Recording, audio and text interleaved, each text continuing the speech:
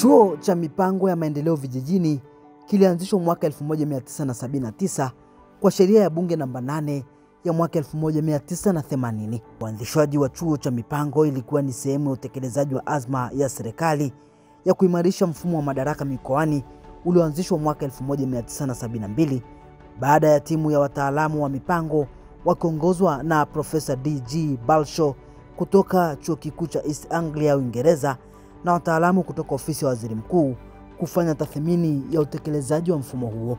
Taarifa ya tathmini ya mfumo wa madaraka mikoani ilionyesha kuwa watumishi wengi wa ngazi mbalimbali waliopelekwa mikoani, wilayani na vijijini walishindwa kutekeleza majukumu yao kutokana na kukosa mbinu na stadi za mipango ya maendeleo. Matokeo ya tathmini hii ndio yaliyozaa wazo la kuwa na chuo mahususi kwa ajili ya kuandaa wataalamu wa mipango ya maendeleo, hasa maendeleo vijijini, na hivyo chuo cha mipango ya maendeleo vijijini kikaanzishwa mwaka 1979. Aidha, sheria iliyoanzisha chuo hiki inaelekeza chuo kuanzisha vituo vya mafunzo vya kanda.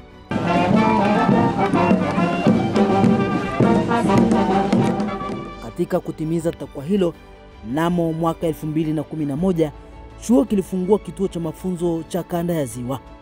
Kituo kilianza kuendesha shughuli zake kwa kupanga miundombinu ya African Inland Church of Tanzania AICT. Mungu kwa nafasi hii ambayo umetupa ili kuweza kuzindua sehemu hii. Uzinduzi katika eneo hilo ulifanywa na Waziri wa Fedha na Uchumi wakati huo, marehemu Dr. William Mgimwa, tarehe 14 mwezi wa 12 2012. Mwaka 2019 kituo kupitia serikali ya wilaya ya Magu kilipata eneo la ukubwa wa ekari 20 katika kijiji cha Kitumba A, kata ya Kisesa, wilayani Magu.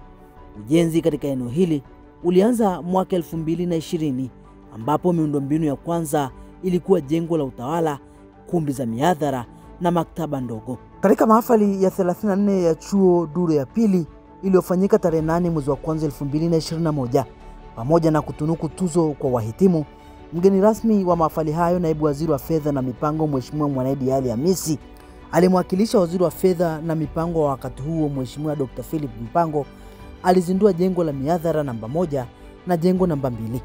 Hapo ukawa mwanzo wa ujenzi wa miundombinu mingine.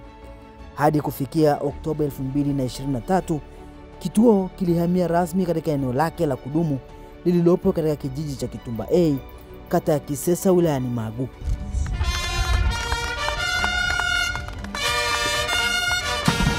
Mwaka 2024, chuo cha mipango kikiwa kinatimiza miaka 45 tangu kuanzishwa kwake, kilitumia fursa hiyo kuzindua kituo cha mafunzo cha kanda ya Ziwa Mwanza. Uzinduzi ulifanyika na Bwana Moses Dule, mkurugenzi wa sera na mipango, Wizara ya Fedha, kwa niaba ya Waziri wa Fedha Dr. Mwigulu Nchemba.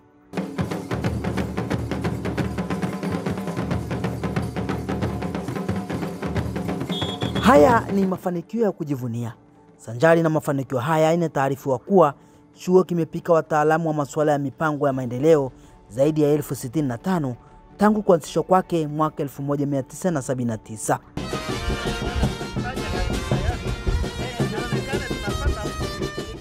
Ukiwa hapa unaona panavutia.